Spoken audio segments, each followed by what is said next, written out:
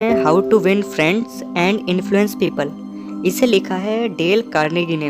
Del Carnegie एक काफ़ी अच्छे राइटर हैं। So let's start. किसी ने ठीक ही कहा है, किसी भी इंसान को इन्फ्लुएंस कर उनसे काम निकलवाना एक आर्ट होता है, और इस बुक में दिए गए प्रिंसिपल्स की मदद से आप इस कला को सीखेंगे। और इस प्रिंसिपल्स को जानकर न सिर्फ आप अपना कॉन्फिडेंस बढ़ा सकते हैं, बल्कि लोगों को पॉजिटिवली इन्फ्लुएंस करने का तरीका भी सीख सकते हैं। फिर चाहे आप एक स्टूडेंट हों, एक बिजनेसमैन हों, या फिर आप अपने दोस्तों के बीच पॉपुलर होना चाहते हो, थोड़ा सा समय देकर इन प्रिंसिपल्स को प्रैक्टिस करते ही रहिए। आप अपने आसपास के लोगों को अपना कोई भी काम आसानी से करा सकेंगे। फिर तो चलिए, सबसे पहले हम उन फंडामेंटल टेक्निक्स की बात करते हैं जिनसे आप लोगों को आसानी से हैंडल कर सकते हैं। तो पहला प्रिंसिपल है, डोंट क्रिटिसाइज, कंडेम और कंप्लेन। आसान शब्दों में यानी लोगों की कड़वे शब्दों में आलोचना, निंदा, शिकायत ना करें। प्रिंसिपल 1 हमें ये सिखाता है कि किसी भी व्यक्ति की आलोचना या निंदा करने से पहले हम उस व्यक्ति को समझने की कोशिश करें कि वो व्यक्ति इस तरह का बर्ताव क्यों कर रहा है और इसके पीछे की वजह क्या है। सच मानिए, ये आलोचना और निंदा करने से ज़्यादा फायदेमंद होगा, क्योंकि ऐसा करने से उस व्यक्ति के साथ साथ हम में भी सहनशील होने का भाव जागरूक होते हैं। इस प्रिंसिपल्स को खुद the great Abraham Lincoln whatever ने भी फॉलो किया था। एक बार उन्होंने अपना एक्सपीरियंस शेयर करते हुए कहा कि मैं पहले अपने विरोधियों को पब्लिकली खूब क्रिटिसाइज किया करता था, लेकिन एक बार एक विरोधी ने क्रिटिसिज्म से परेशान होकर उन्हें तलवार से मारने की धमकी दे डाली, जिसके बाद से ही अब्राहम लिंकन डर गए और उन्होंने किसी को भी डायरेक्टली क्रिटिसाइज़ करना छोड़ दिया।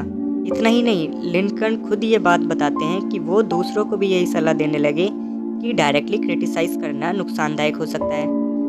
इसलिए वे कभी भी किसी को क्रिटिसाइज़ नहीं करते और सबसे ढंग से पेश आते हैं। हम लोगों की एग्जाम्पल जान लेते हैं कि जैसे मान लीजिए अभी हमारे टीचर ने हमको कुछ बोला। टीचर को छोड़िए, टीचर की सुनता कौन है वैसे भी। हमारे किसी दोस्त ने जो क्लास में पढ़ता है, उसने एक गाना गाया और हमने उसका मजाक उड़ाया। क्लास के सामने हमने उसका मजाक उड़ाया, है ना, और उसके दिल में बात बैठी होगी ये। फिर अगले दिन वो सोचेगा हमसे बदला लेने की। और कुछ लोग इतने हरामी होते हैं कि बदला लेने के लिए किसी भी हद तक जा सकते हैं। और अगर उसने हद पार करके हमें कोई नुकसान पहुंचाने की कोशिश की, उसके बाद यार वो उसका जो होगा सो होगा, हमारे घर वालों का क्या होगा, है ना। लेकिन इसी बात को अगर हमें उसका गाना पसंद नहीं आया, लेकिन हम उसको प्यार से अगर उसकी गलती समझाएंगे कि भाई ये लाइन थोड़ी ऊपर नीचे होगी, तो उसको ठीक कर सकता है ताकि ये और अच्छा लगे, तो उसे भी अच्छा लगेगा और वो कुछ बोलेगा ही नहीं। तो चलिए अब प्रिंसिपल 2 की बात करते हैं, give honest and sincere appreciation. ये तो मैं अभी बता चुका हूँ शायद पहले ही, पर कोई बात नहीं। यानी पूरी ईमानदारी और अच्छी नीयत के साथ सामने वाले की प्रशंसा करें, मतलब तारीफ। एक ऐसा भी तरीका है जिससे हम किसी भी इंसान से कुछ भी करवा सकते हैं। और प्रिंसिपल 2 यही सिखाता है कि किस तरह से हम ऐसा करने में कामयाब हो सकते हैं। अगर हम तहे दिल से और पूरी ईमानदारी के साथ किसी व्यक्ति की प्रशंसा करते हैं, तो इसकी छाप उस व्यक्ति के दिलो दिमाग से ज़िंदगी भर नहीं छूटती। वो हमेशा आपकी इस प्रशंसा को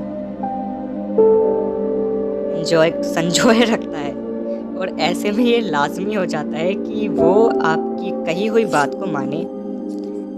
वैसे तो काफ़ी सारे एग्जाम्पल हैं, मैं आपको एक घरेलू एग्जाम्पल देता हूँ। आपकी मम्मी होंगी, उनका जब वो खाना बनाती हैं, सबकी मम्मी बहुत अच्छा खाना बनाती है ना, और हम उनकी अगर एक बार तारीफ़ कर दें, जैसे मम्मी ने एक दिन शाही पनीर बनाया, हमने उनकी ये तारीफ़ की, अरे वाह मम्मी कितना अच्छा शाही पनीर बनाती हो तुम, एकदम बहुत अच्छा लगा ये, तो मम्मी खुश। अगली बार को वे जब दोबारा बनाएंगी तो स्पेशली आपके लिए बनाएंगी ताकि उनको तारीफ़ सुनने को मिले। लेकिन हाँ भाई, झूठी तारीफ़ मत कर देना कि जैसे पनीर ख़राब बना और तुमने कहते वाह मम्मी बहुत बढ़िया। फिर यकीन मानो ज़िंदगी भर पनीर खाना पड़ेगा। आजमाया हुआ तरीका है भाई। चलिए तो एक अलग सा एग्जाम्पल देता हूँ। कंस्ट्रक्शन साइट के मैनेजर को एक बड़ी दिक्कत का सामना तब करना पड़ता था जब मजदूर उनके सामने तो उनकी बात मानकर सेफ्टी हेलमेट पहन लेते थे, लेकिन उनके जाते ही उस हेलमेट को निकाल देते थे। ऐसे में उस मैनेजर ने एक अलग तरीका अपनाया। उन्होंने इस बार बड़े ही प्यार से मजदूरों से कहा कि क्या उन्हें ये हेलमेट अच्छे नहीं लग रहे या फिर इनकी फिटिंग खराब है। अगर ऐसा नहीं है तो उन्हें ये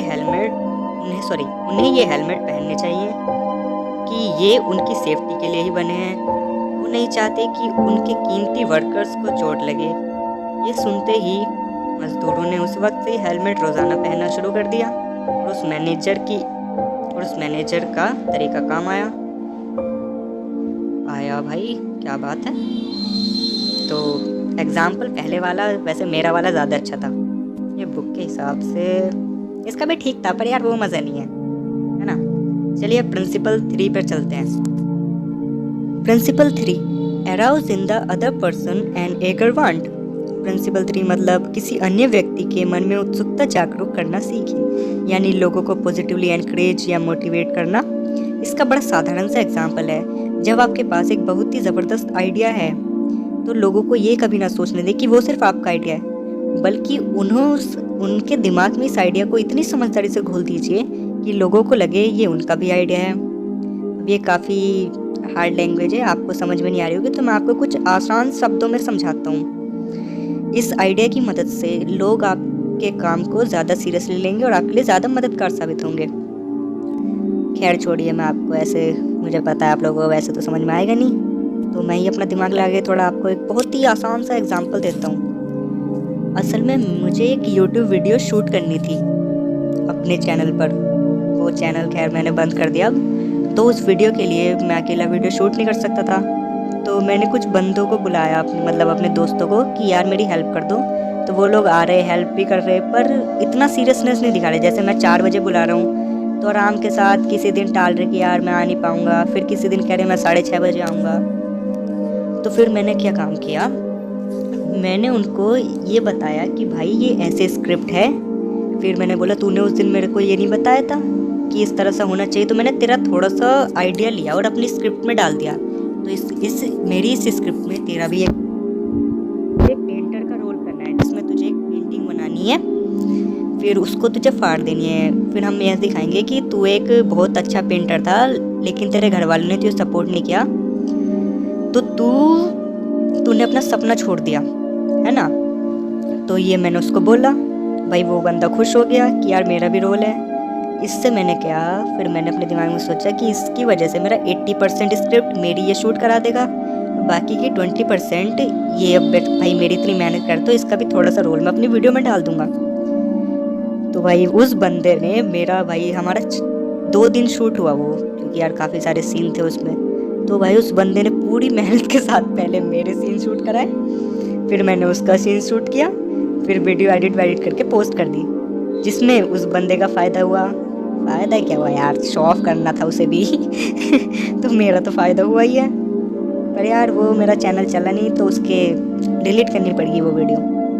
खैर छोड़िए, तो इससे आसान एग्जाम्पल मैं नहीं बता सकता था यार। ऑथर जो हैं इस बुक के, डेल कार्नेगी, अपना ही एक एक्सपीरियंस शेयर करते हुए बताते हैं कि एक बार Brooklyn institute of arts and science में वो स्टूडेंट के लिए बड़े ही सक्सेसफुल ऑथर्स को गेस्ट लेक्चर के लिए बुलाना चाहते थे। प्रॉब्लम ये थी कि सभी ऑथर्स काफ़ी बिजी थे, तो इसलिए डेल ने लगभग 150 स्टूडेंट के साथ मिलकर एक खत लिखा और इन ऑथर्स को भेज दिया। इस खत को पढ़ते ही ये सभी बिजी ऑथर्स अपने अपने देश को छोड़कर ब्रुकलिन में लेक्चर के लिए पहुंच गए। आखिर उस लेटर में ऐसा क्या लिखा गया था यार? डेल ने इसी प्रिंसिपल का फ़ायदा उठाया।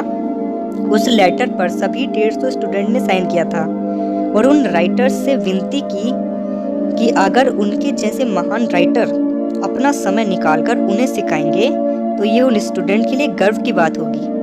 भाई ऐसा लेटर पढ़कर तो कोई भी पिघल जाता है, मैं खुद पिघल जाता, मैं कितना ही बिजी मैं भाग जाता। तो यही उन्होंने किया। तो यही थी अपने आसपास के लोगों को हैंडल करने की कुछ तरकीबें।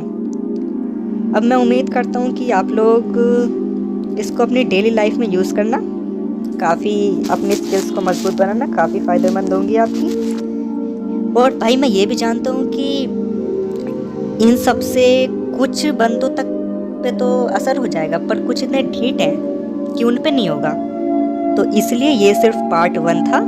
इसके अगर आप ये सब कर चुके तो इसके बाद क्या करना है वो मैं आपको बताऊंगा अगले पार्ट में। मैं इसी पार्ट में बता देता, पर यार वीडियो इतनी बड़ी हो जाएगी और आप लोग भी बेकार में स्किप करोगे। इसमें ना आपका फ़ायदा है ना मेरा, वरना मैंने जो इतना भाषण दिया, इतना समझाया, वो भी बेकार जाएगा, है ना। और आप लोग जो इतना सीखने को जागरूक हैं वो भी नहीं होगा।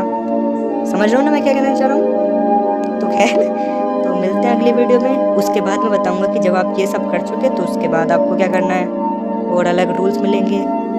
तो बाय बाय, लेट्स